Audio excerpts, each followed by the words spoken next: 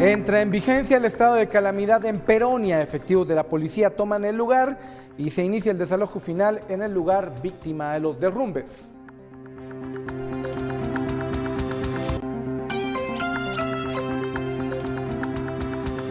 Operativo conducido por el Ministerio Público busca a los responsables de un desfalco financiero que habría costado millones a un grupo de ahorrantes.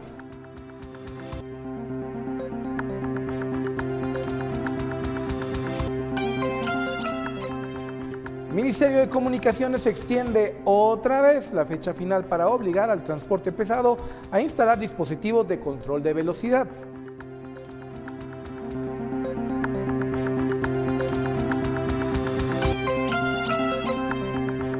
Tribunal Supremo Electoral anuncia que están en trámite más procesos de cancelación contra partidos políticos por anomalías en su financiamiento en las elecciones de hace 4 años.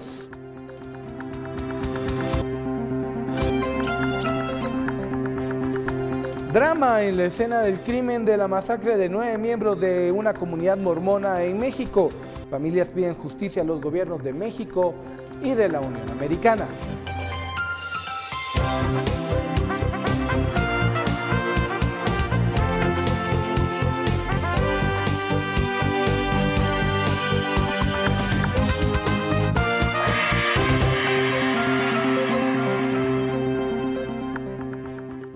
Muchas gracias por acompañarnos en Noticiero Guatevisión. Les saludo a Otto Ángel. Vamos a arrancar con toda la información de lo más importante que está ocurriendo en nuestra emisión en directo. Y uno de los primeros temas que vamos a tocar es cómo los diputados conocieron ya en segunda lectura el estado de calamidad decretado por el organismo ejecutivo y que ya fue publicado en el diario oficial para Ciudad Peronia. Posteriormente continuaron con la interpelación al ministro de Comunicaciones, José Luis Benito.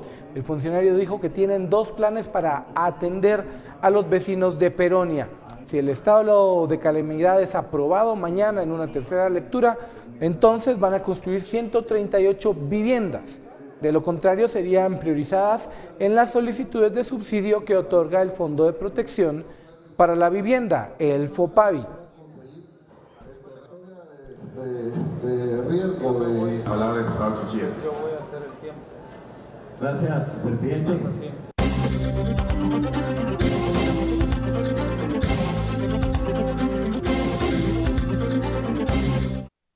Y en Ciudad Peronia está Andrea Domínguez de nuevo contándonos cómo han transcurrido las cosas en el sector. Sabemos que la policía ya ha tomado, no sé si la palabra sea control, pero ha llegado al lugar para proteger algunos lugares y verificar que no hayan riesgos de algunas de las personas. Andrea, buenas tardes. Cuéntanos cómo se está viviendo la jornada allí en el asentamiento Regalo de Dios.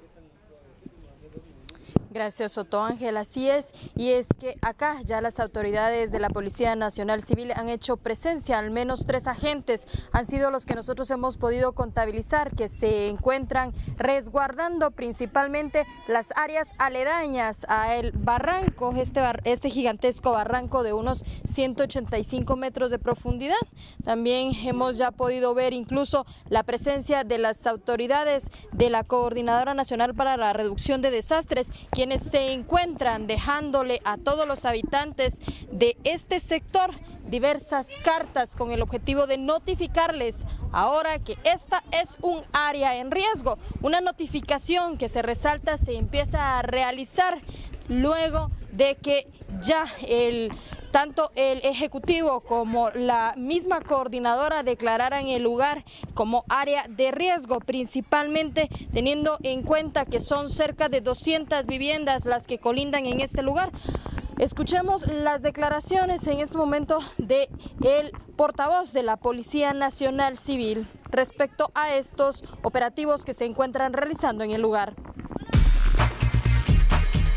Byron Revolorio pues coordina 3 agentes en puesto fijo para que ellos pues les estén brindando la seguridad necesaria. Hay personas que llegan y los llegan a asistir con ayuda, entonces nuestros agentes ellos brindan la seguridad necesaria respectiva, hacen sus recorridos en lo que es el campo de Ciudad Peronia, el lugar por donde se da el suceso del desprendimiento de tierra, pues nuestros agentes también verifican, hacen un recorrido, que no hayan personas o niños que se acerquen de manera curiosa curiosa a querer verificar y pues con esto evitar alguna situación que pueda darse.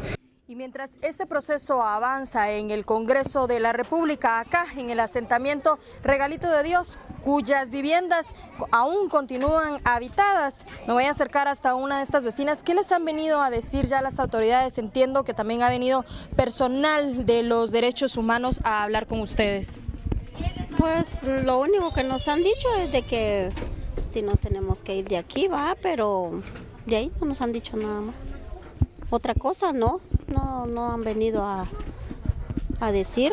Incluso hoy en la mañana vinieron los derechos humanos y vinieron a decir como hay mucho frío, todos nos mantenemos encerrados, ¿no? Solamente. ¿Su nombre? Mariela. Muchas gracias, doña Mariela. Estas son las declaraciones de doña Mariela, que narra qué es lo que las autoridades le siguen diciendo. Sin embargo, hasta el momento, tanto lo ha señalado el Ejecutivo como el propio alcalde de Villanueva, Edwin Escobar, no se puede habilitar ningún albergue para las personas que viven en este sector, muchos de ellos incluso niños, hasta que el Congreso de la República no ratifique este estado de calamidad, debido a que no se cuentan con los fondos para poder albergar a estas 200 familias cuyas viviendas prácticamente se encuentran en área roja propensa a un deslizamiento. También hemos podido observar a lo largo de los minutos que estamos acá que pese a que ya no está lloviendo, el área aún continúa siendo un peligro latente, pues por los fuertes vientos aún continúa derrumbándose. Con esta información y con imágenes de María René Barrientos, yo regreso con ustedes a estudios principales. Por una Guatemala en paz, Andrea Domínguez.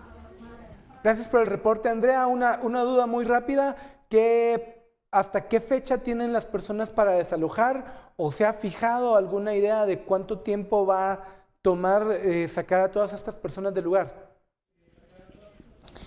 Según lo ha señalado el propio alcalde de Villanueva, será cuando el Congreso de la República, si es mañana que se ratifica esto, inmediatamente comenzará el desalojo para las familias. Se tienen al menos 3 lugares previstos como albergues dentro del área de Peronia para poder trasladar a todas estas familias, y tendría que llevarse, sería a partir de este miércoles o jueves, ya una vez ratificado, que comenzarían ya los desalojos masivos y también con introducción de maquinaria con el objetivo de empezar a demoler todas estas viviendas. Soto Ángel, es lo que se ha informado por parte de la comuna de Villanueva. Domínguez, desde Peronia, contándonos pues esta situación, este desalojo que tiene que ocurrir por el riesgo que hay en este sector. Vamos con más información, más desastres que están ocurriendo, y este es un reporte de Donnie Stewart. Un derrame de diésel se ha producido en el río Cacao, el cual se encuentra a 200 metros del mar, lo que preocupa a los vecinos de Izabal porque no han recibido ninguna información y está contaminando el ecosistema de este lugar, uno de los más importantes del país. Vamos contigo, Don. Gracias, Otto Ángel. Amigos de Guatevisión, comentarles de que me encuentro en el río Cacao, en un puente que anteriormente funcionaba para las vías del tren. Vamos a mostrarles inmediatamente lo que está aconteciendo en este lugar. Hay un derrame de diésel, el que se ha detectado sobre este afluente, el cual está afectando ya el ecosistema del lugar. En este sector emanan olores muy fuertes a diésel. Sin embargo, no existe ninguna autoridad ni ningún control de contingencia para la prevención de los vecinos. Aquí hay viviendas cercanas a lo que está ocurriendo. Hay una comisión que se le denomina Coldemar, quienes se encargan de prever precisamente el derrame de hidrocarburos, y les presentamos hace unas semanas un reportaje sobre un simulacro que pretendía precisamente esto, evitar que se produjeran algún tipo de catástrofes ambientales procedentes del derrame de hidrocarburos sobre afluentes en el área de la bahía de Amatique, en el sector de Izabal. Sin embargo, de momento no se sabe mucho, han hablado muy poco. Podemos observar acá al fondo, se encuentran ya instaladas unas barreras, las cuales pretenden que este líquido no avance hacia lo que es la bahía de Amatique, y asimismo también tratar la manera o buscar alguna forma de poder extraer del afluente este material. Como ustedes están observando en imágenes, ahí se observa la presencia del diésel sobre el agua. Pero nosotros entrevistamos con los integrantes de Coldemar y esto fue lo que nos dijeron a esta hora. De momento, pues se colocaron para contener el mismo. Oportunamente se estará informando sobre cuáles son las acciones que hemos estado haciendo como Coldemar Caribe. También es importante así utilizar los medios para pedir a todos los usuarios de lo que es la navegación por el río Cacao, pues que se limiten a la circulación. Eso fue lo que nos habló la representante de Coldemar a esa hora. Sin embargo, intentamos tener versiones y nos han dicho que ya no pueden emitir de momento ninguna declaración porque están realizando los análisis. Asimismo, nos pidieron de que nos saliéramos del lugar ya que era una propiedad privada. Sin embargo, nosotros estamos acá sobre un espejo de agua, la cual pertenece al Estado, pues y no tiene ninguna prohibición para poder llevarles a ustedes y presentarles esta problemática que se está dando acá en Puerto Barrios y Izabal. Vamos a regresar con ustedes al estudio por una Guatemala en paz. Donia Stewart. Gracias allá desde Izabal. Vamos ahora a otro punto del país. La División de Protección a la Naturaleza de la Policía Nacional Civil en Quetzaltenango capacita a agentes en el plan para la conservación del pinabete ante los riesgos que corre por la comercialización en esta temporada. Vamos con Raúl Juárez. Buenas tardes. Muy buenas tardes en el estudio, compañeros. Efectivamente me encuentro desde la sede de la División de Protección a la Naturaleza en sede Quetzaltenango, donde esta mañana se ha desarrollado una capacitación sobre un tema importante en esta fecha, pero tenemos acá al director que nos va a compartir. ¿Cuál es su nombre? Guillermo Monterrosa, director del INAP para Quetzaltenango. Bueno, importante esta capacitación que se le hace a agentes de DIPRONA. Coméntenos un poquito más usted de esta actividad. Sí, estamos coordinando, así como ha sucedido en los últimos años, una retroalimentación del reglamento, el acuerdo gubernativo de protección al pinabete. DIPRONA va a tener en este caso sus roles en las carreteras, en los caminos de terracería, en los bosques, es decir, un control in situ, y ellos necesitan saber perfectamente cuál es la aplicatividad de esta normativa del reglamento de pinabete para poderlo en este caso aplicar y que lo puedan trasladar en este caso a los organismos, a los tribunales respectivos para que se puedan en este caso deducir las responsabilidades correspondientes. ¿Desde cuándo y hasta cuándo va a estar este plan y alguna de las sanciones que usted me podría mencionar? Cómo no, a partir del 18 de noviembre ya se empieza ya la aplicación de la campaña del Pinabete 2019 y en este caso aquella persona que sea sorprendida traficando, comercializando o talando árboles de pinabete de forma natural, en este caso puede ser aplicada una sanción de 2 a 5 años de prisión y 10,000 a 20,000 quetzales de multa. Muy bien, compañeros, pues recordar que Quetzaltenango pues es uno de los departamentos mayormente que tiene la producción de pinabete, tanto en el área natural como en los distintos campos donde se han realizado para su crecimiento. Este es mi reporte, compañero. Yo regreso al estudio por una Guatemala en paz. Reportó para Noticiero Guatevisión, Raúl Juárez.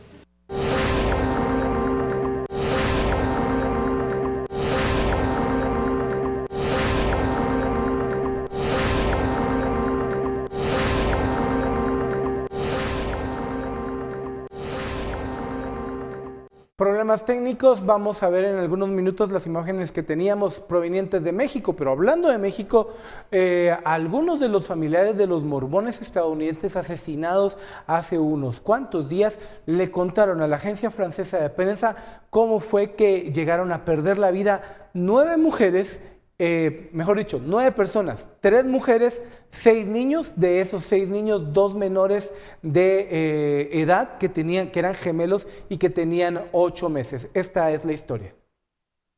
Tras el ataque a una familia de mormones el lunes, en el que murieron 3 mujeres y 6 niños en México, un pariente de algunos de los fallecidos relató los hechos ocurridos en el límite de los estados mexicanos de Sonora y Chihuahua, fronterizos con Estados Unidos. Donna y Cristina. Cristina había salido de su vehículo y solo podemos creer que salvó a su bebé. Y como fue abatida a tiros, creemos que debió haber llamado su atención para dejar de disparar. Lo que aparentemente hicieron, porque mi tía Donna había muerto sobre el volante con 2 de sus hijos. Y los disparos se detuvieron y los dejaron allí. Según las autoridades mexicanas, el ataque a la familia Levarón pudo ser resultado de una confusión de grupos delictivos que se disputan el control de la zona. Tengo que enfatizar que no hubo duelo de cárteles y que no hubo fuego cruzado en el que nuestra familia se vio atrapada. Fueron asesinados, masacrados, únicamente por un cártel en funciones en Chihuahua, México, antes de que se produjera un encuentro con el cártel en Sonora. Julián Levarón, activista y uno de los líderes de los mormones en México, reconoció el lunes que la comunidad religiosa había sido blanco de recientes amenazas. Necesitamos que la gente del mundo muestre un fuerte apoyo y necesitamos que nuestros gobiernos muestren liderazgo e impulsen a las personas en nuestros lugares y en nuestras comunidades a cambiar. Tenemos que ver que el cambio salga de esto. Por su parte, el senador estadounidense Mitt Romney, cuyo padre nació en una comunidad mormona en México, condenó los ataques. Cuando cualquier ciudadano mexicano o estadounidense, en este caso estadounidenses, son brutalmente asesinados y sus madres e hijos, es realmente impensable. Y concuerdo con el presidente cuando dice que México tiene que poner manos a la obra e ir tras algunos de estos cárteles y detener este creciente nivel de violencia. La Casa Blanca informó más tarde que el presidente estadounidense Donald Trump habló del creciente comportamiento violento de los grupos criminales que operan en la zona fronteriza con su homólogo mexicano Andrés Manuel López Obrador y que ambos discutieron la cooperación fronteriza en curso. Pierden la vida niños inocentes. Vamos a un corte comercial y cuando regresemos el frío está golpeando la salud y quizá el bolsillo de muchos guatemaltecos.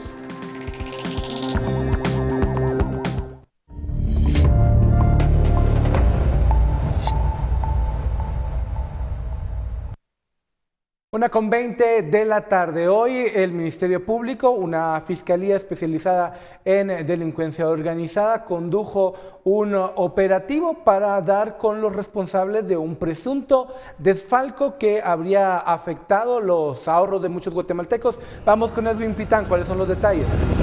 Muy buenas tardes, me encuentro en la colonia San Rafael, en zona 18 de la capital, al norte de esta ciudad. Y justo detrás de mí, como ustedes pueden observar, se encuentra un edificio abandonado en el cual funcionó la Cooperativa de Ahorros y Préstamos y Seguros, UNACOP RL. Esta estuvo habilitada de 2001 a 2009 y en este último año mencionado quebró. Cerró sus puertas a todos sus cuentavientes debido a que hubo malversación de fondos y en ese periodo, en esos 8 años, según el Ministerio Público, se malversaron 19 millones de quetzales. Por esa razón, hoy hubo capturas y algunas personas están citadas a declarar en diciembre próximo ante un juzgado debido a esta estafa que hubo en contra de contavientes que tenían dinero ahorrado y guardado en esta cooperativa. Entre sus hallazgos, estados financieros alterados, pagos excesivos en dividendos, sueldos, vacaciones, bonificaciones de la Junta Directiva y el Comité de Vigilancia. Algunos vecinos de ese sector de la zona 18 recuerdan cómo operaba esta cooperativa. Incluso hacen memoria de que en diciembre siempre habían fiestas, habían convivios, regalaban algunos obsequios a quienes se asociaran. Metimos dinero ahí, ¿va? Y ese tiempo hicimos unos préstamos. Y al final fue el 2003 o el 2004 y ya el tiempo escuchamos el humor, que si ese ya no estaba funcionando, no sé qué, y tenemos, lo que hicimos nosotros, sacamos ese dinero. Esta sede de la cooperativa no es la única que funcionaba en la ciudad de Guatemala, habían 4 más, incluso una en San Vicente Pacaya, en Escuintla. Pero este inmueble aún funciona como salón de eventos y hay ingresos todavía para los miembros de esa junta directiva que estafaron a más de 350 personas. Por una Guatemala en paz, con imágenes de Miriam Figueroa, reportó Edwin Pitán.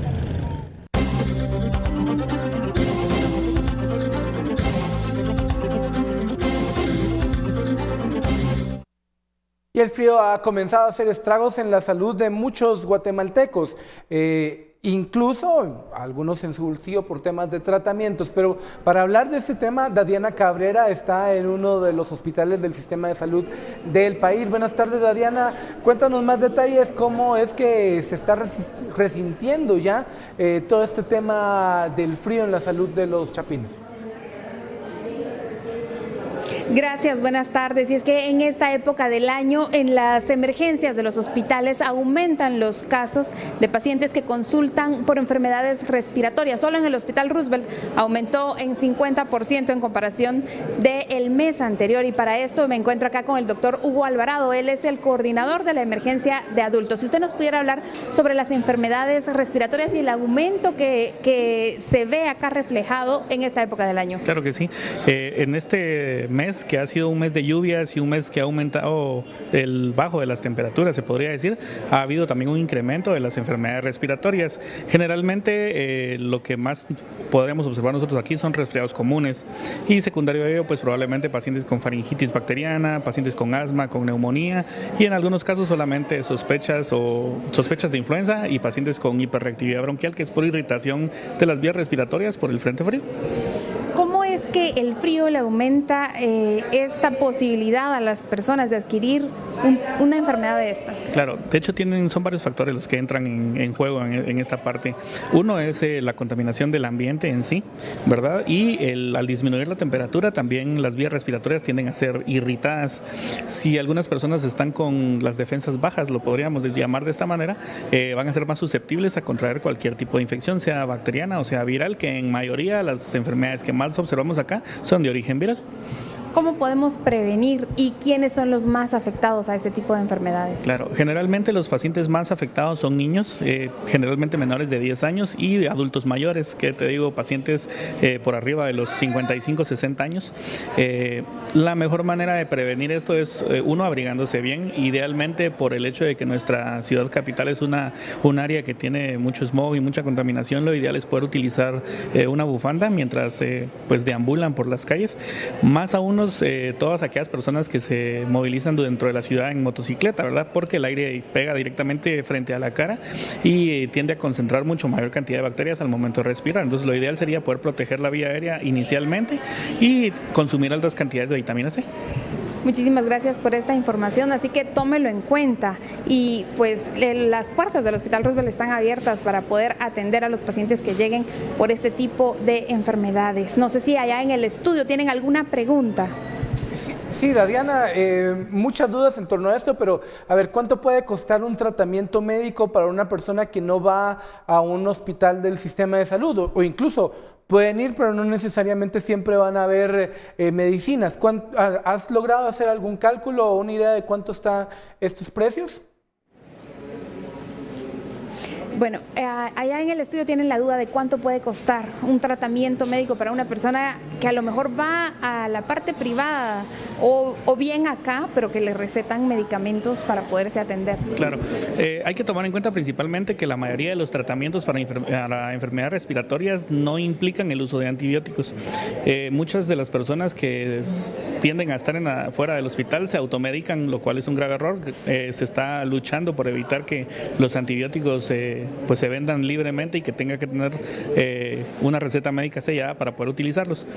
Normalmente los costos pueden ir desde una básica consulta, que si es en algo privado probablemente oscila entre los 250 quetzales hacia arriba, y si fuera costos para el hospital público, dependiendo del tipo de enfermedad serían los costos, pero pueden ir pacientes que desde que consultan y los medicamentos que puedan utilizarse, nebulizaciones, etcétera, pueden ir desde los 500 quetzales y extenderse sin necesidad de ser ingresados hasta los 2,000 quetzales, y todos los pacientes que ya pudieran ser ingresados por neumonías o por algún otro tipo de infección que sí requiere hospitalización ya pueden ir de 5,000 quetzales diarios en adelante, ¿verdad?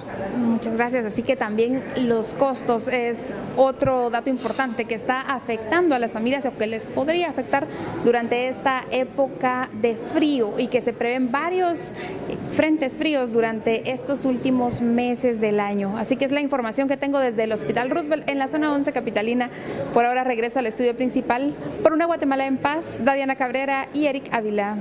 Muy útil la información, Dadiana, muchas gracias, y a tomar en cuenta entonces por esta época en la que nos está pegando ya el frío y varias enfermedades. Pasemos a otras informaciones. El Ministerio de Comunicaciones otorgó una prórroga de 6 meses a los transportistas para dialogar por el acuerdo que los obliga a colocar un dispositivo que regula la velocidad de los buses y transporte de carga, entre otras normativas. Este es un informe de José Manuel Patzán.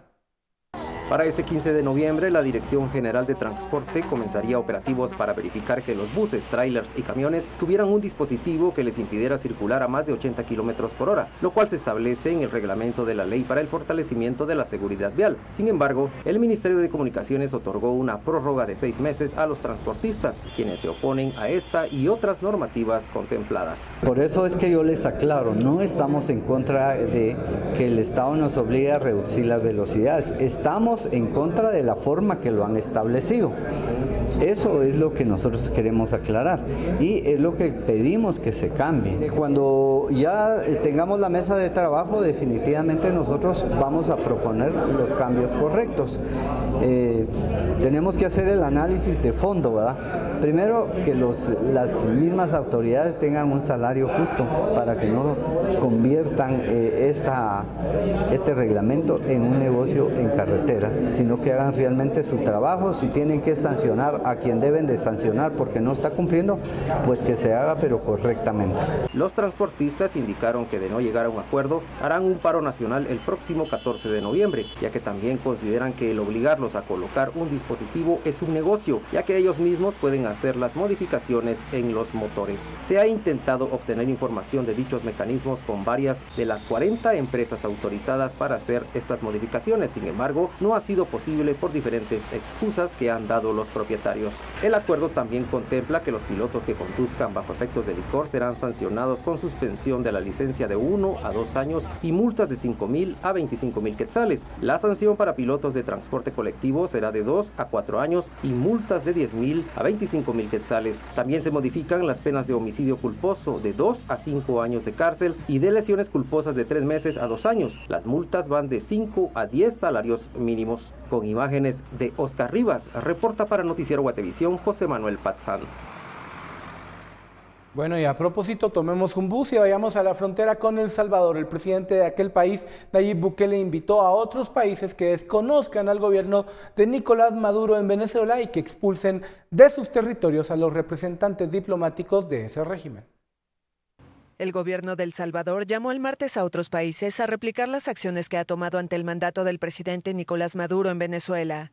Y hacemos un llamado e invitamos a los demás gobiernos democráticos que también han desconocido el régimen de Nicolás Maduro a que expulsen a las sedes diplomáticas de un régimen que ustedes mismos desconocen. Es un poco incoherencia, yo la acepto, yo la tuve. Bukele, que asumió el poder en junio, decidió expulsar de suelo salvadoreño a los representantes diplomáticos de Maduro el sábado, una decisión que dijo tuvo que haber tomado mucho antes. Y al final entonces uno dice, bueno, ¿dónde está la coherencia? Entonces sí, acepto que durante estos meses no ha habido coherencia, porque por un lado yo siempre he dicho vehementemente fuerte de que desconocemos el régimen, pero ahí teníamos la embajada. Entonces lo que hicimos el sábado fue un acto de coherencia. El mandatario reiteró su reconocimiento al líder opositor venezolano Juan Guaidó como presidente encargado y explicó que han conversado para designar representantes diplomáticos ante El Salvador en el corto plazo.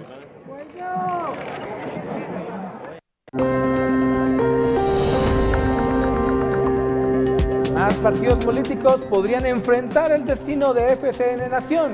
¿Quiénes son? Se lo contamos cuando regresemos.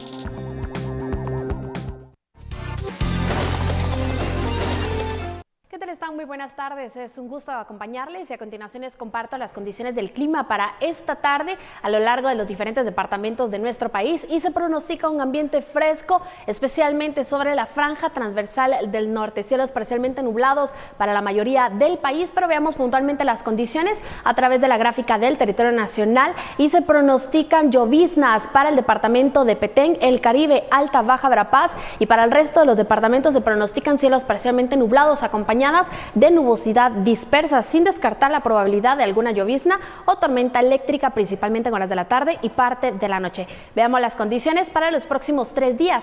En la ciudad capital se esperan cielos parcialmente nublados para el día jueves, lloviznas o lluvias de moderadas a severas para el día viernes y cielos parcialmente nublados para el sábado. Y las temperaturas máximas se estarán registrando entre los 24 y 25 grados centígrados.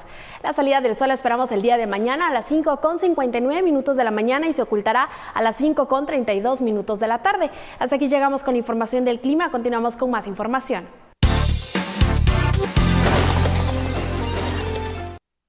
1:37 de la tarde, seguimos con más información. Enlazamos en directo con nuestra compañera Dulce Rivera. 14 partidos políticos podrían ser cancelados por diferentes motivos. 5 de ellos solo esperan la resolución del registro de ciudadanos. Buenas tardes, Dulce. ¿Nos puedes contar qué partidos son y cuáles son?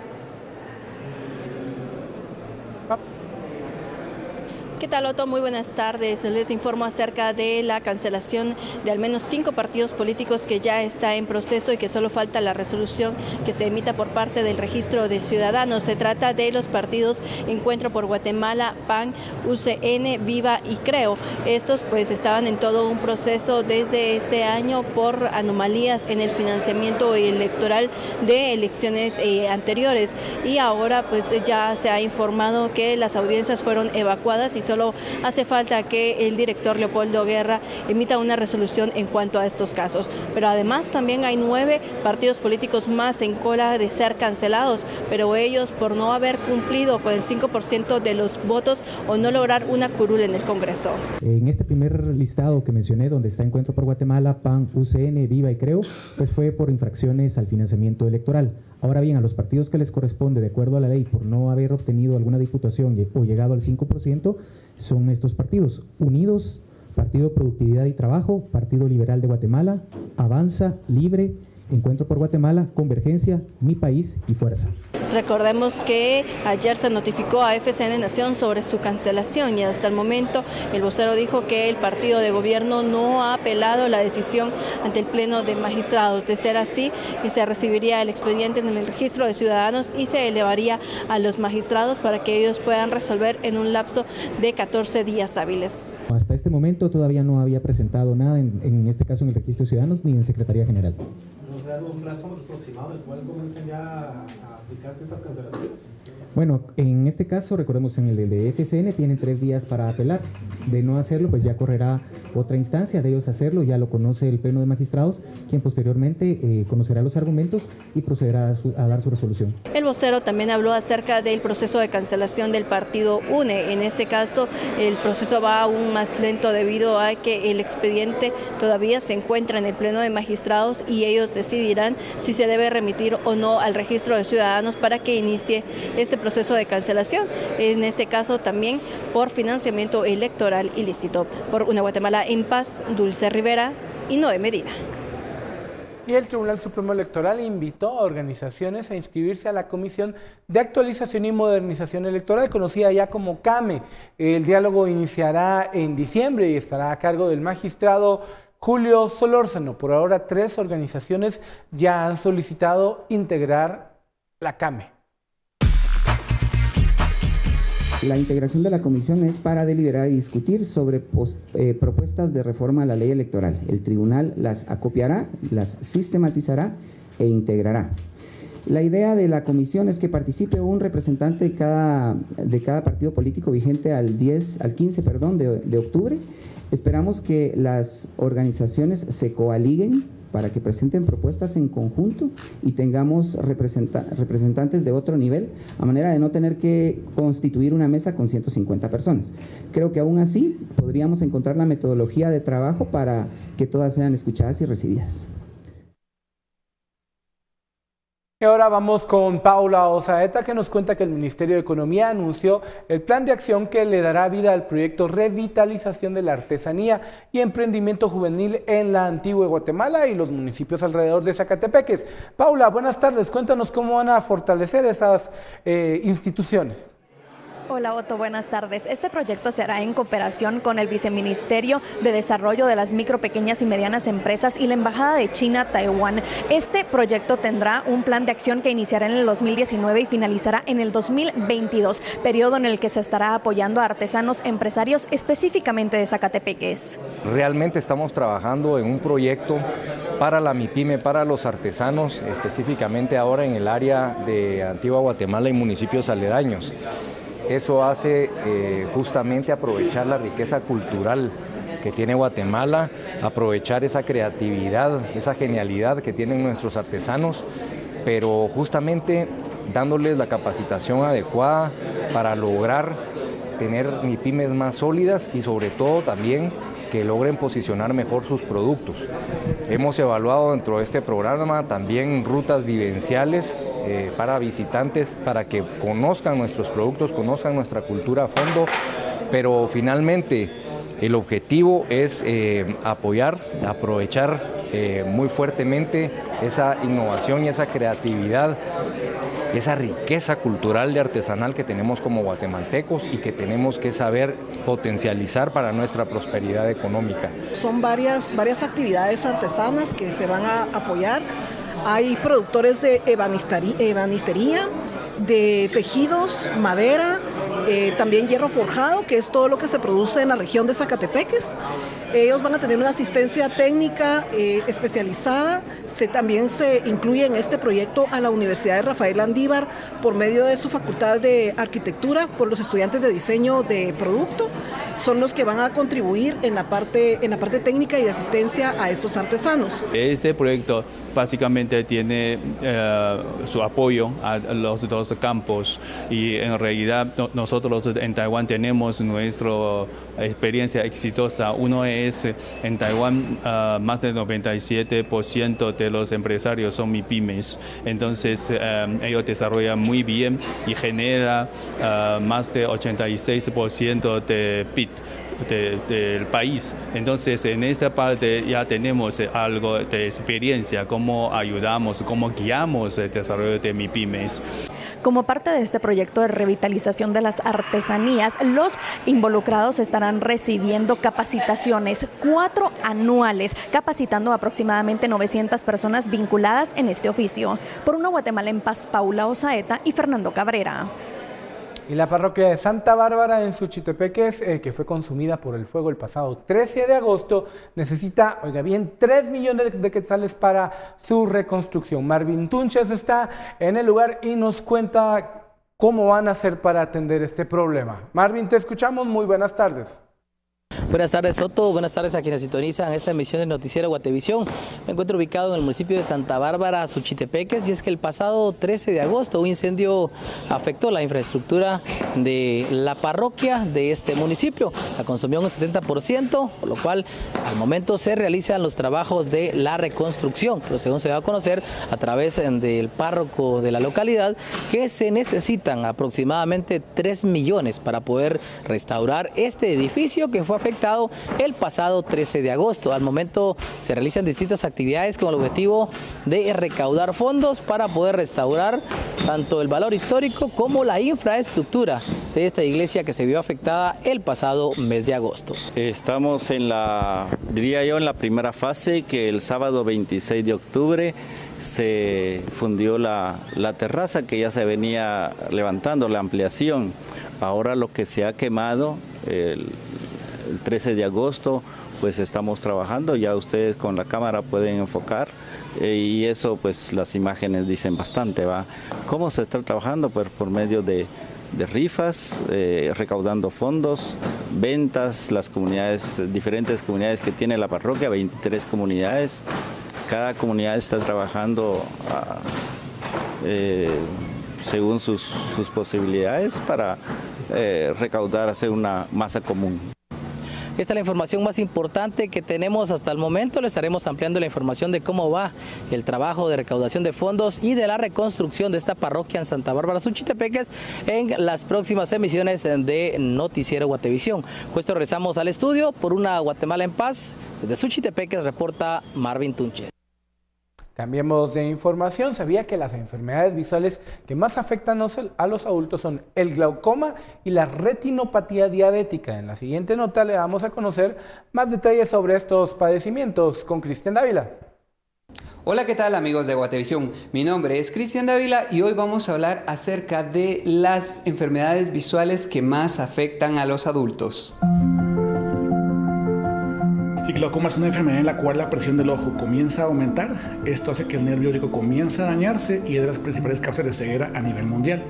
Y esto pasa si el paciente no se diagnostica a tiempo, por lo cual es muy importante que el paciente tenga una evaluación por lo menos anual para ver cómo están sus ojos, o inclusive cada 2 años si no hay ningún antecedente. Pero súper importante, si el paciente tiene antecedentes familiares con glaucoma, lo importante es un chequeo cada año. De acuerdo con el oftalmólogo Cristian Acevedo, la segunda enfermedad más común en los adultos es la retinopatía diabética.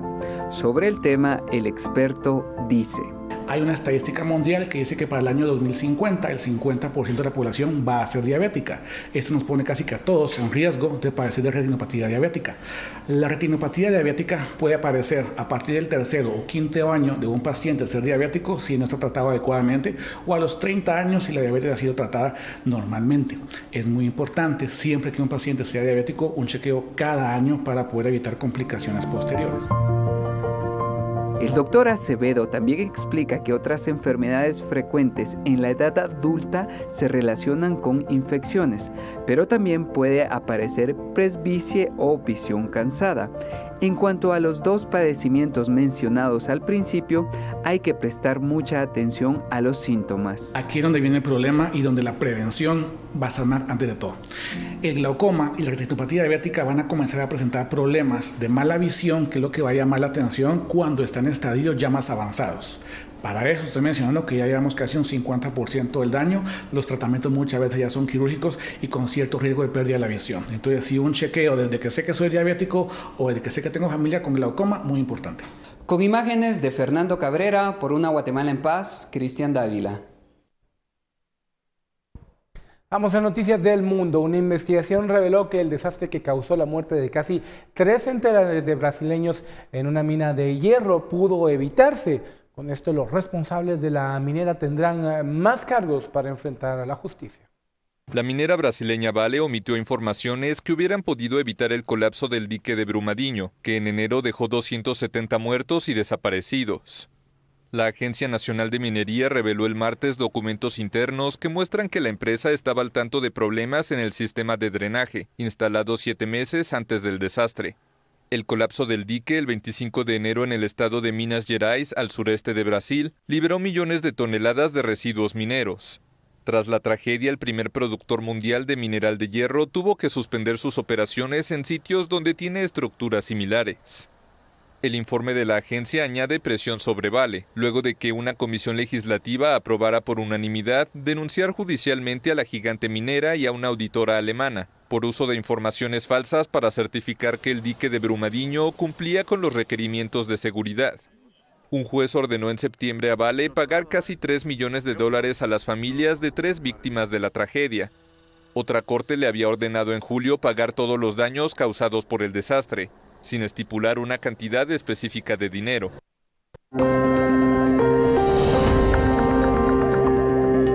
Pia Melo visitó el país y plasma sus vivencias en varios cuadros. Más de esto cuando regresemos del corte aquí en Noticiero Guatevisión.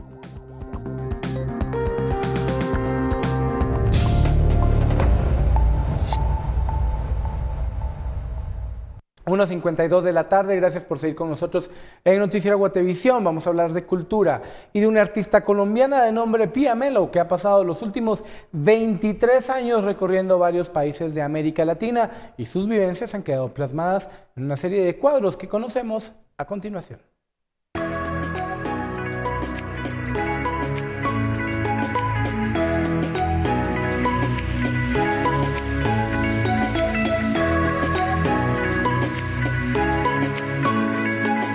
Se llama Entre lazos y raíces.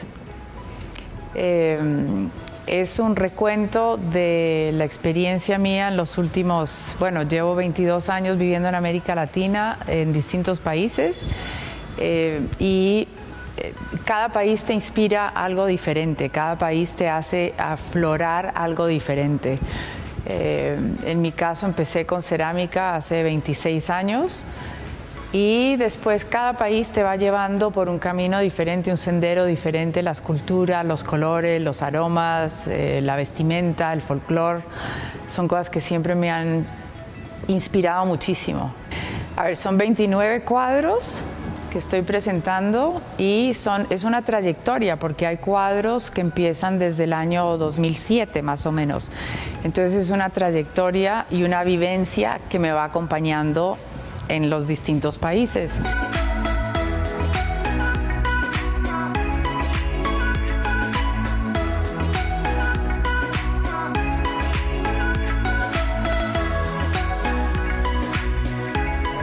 Entre lazos y raíces, bueno, los lazos son los lazos que uno va formando a través de los años. Son los lazos de familia, son los vínculos que uno tiene, son los vínculos que uno establece con cada cultura. Las raíces es el tema de... A ver, yo siempre digo que soy una persona desarraigada, y desarraigada porque salí de Colombia a los 7 años. Y he vivido en muchísimos países. Entonces, soy desarraigada, pero al mismo tiempo tengo arraigo con la tierra, tengo arraigo con lo que es para mí muy importante, la madre tierra. Y la mujer es una parte muy fuerte en mi arte. Fui criada principalmente por mi madre y vengo de una familia de mujeres bastante fuertes, con mucha fuerza interior.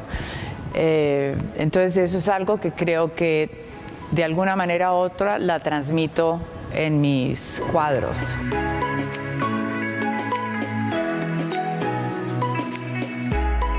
La exposición Entre Lazos y Raíces estará en la Fundación GIT Continental, Galería del Centro, y termina el 29 de noviembre.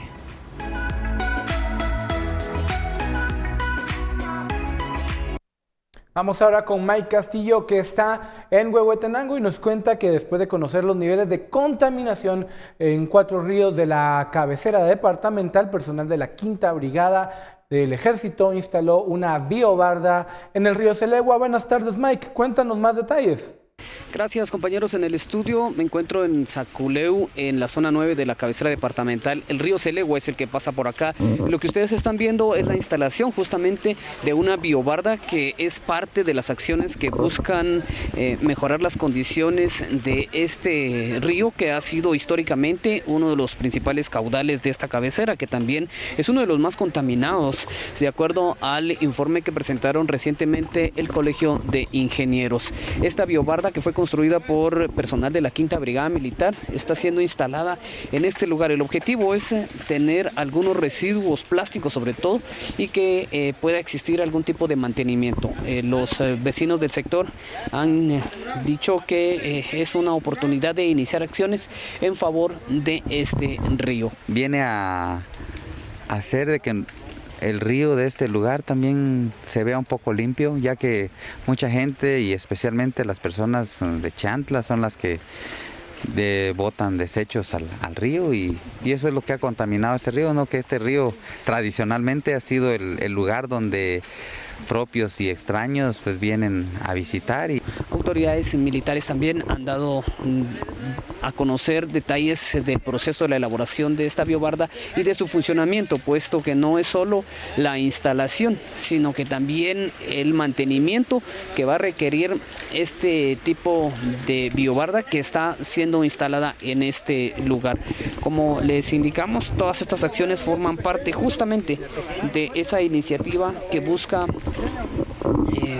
iniciar las acciones para rescatar el río Selegua desde aquí de la zona 9 de esta cabecera departamental. Es la información que tengo a esta hora. Con esto yo regreso con ustedes a los estudios por una Guatemala en paz. Reporta Mike Castillo, Noticiero Guatevisión. Muchas gracias por acompañarnos. Les recuerdo que a las 6 de la tarde está Ben Keichin con nuestra edición comunitaria y a las 9 de la noche María Luisa Gómez con la edición estelar de Noticiero Guatevisión. Que tenga una muy feliz tarde y le dejo con el clon. Que tenga feliz tarde.